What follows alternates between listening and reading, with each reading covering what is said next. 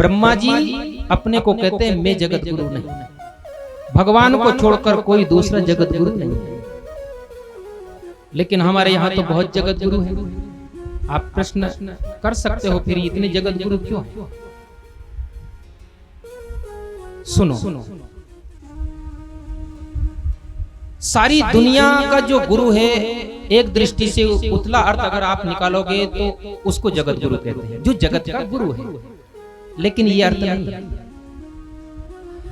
सारी दुनिया जिसे गुरु के रूप में स्वीकार करती है वो जगत गुरु नहीं मेरे भाई बहन। जगत गुरु उसको कहते हैं कि जिसके विचार, जिसकी जो है साधना जगत कल्याण के लिए, जिसके उपदेश से सारी दुनिया का भला होता हो, चाहे वो जिस धर्म का हो, चाहे जिस मजहब का हो, संप्रदाय का हो, चाहे कोई भी हो, सबके लिए जिसका उपदेश लागू होता हो, सबके हित के लिए जिसका उपदेश हो, विचार हो, वही जगत गुरु है। चाहे लोग उसे जानते हो या ना जानते हो, और मानते हो या ना मानते हो।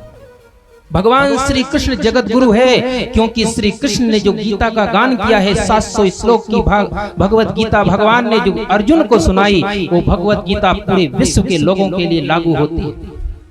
वो केवल हिंदुओं का ग्रंथ नहीं है, भगवत गीता मानव मात्र का ग्रंथ है। 700 श्लोक में एक जगह कहीं हिंदू शब्द नहीं आया, कहीं कोई भेदभाव नहीं। मनुष्य के कल्याण के लिए भगवान ने गीता का उपदेश दिया है अर्जुन को माध्यम बना करके, लेकिन जगत के लिए। इसलिए कृष्ण जगत गुरु है। हमने भगवान शंकराचार्य को भी जगत गुरु कहा, वल्लभाचार्य, रामानंदाचार्य, बहुत से महापुरुषों को, क्योंकि उनके विचार भी जगत कल्याण के लिए ही रहे, इसलिए वो भी जगत गुरु है।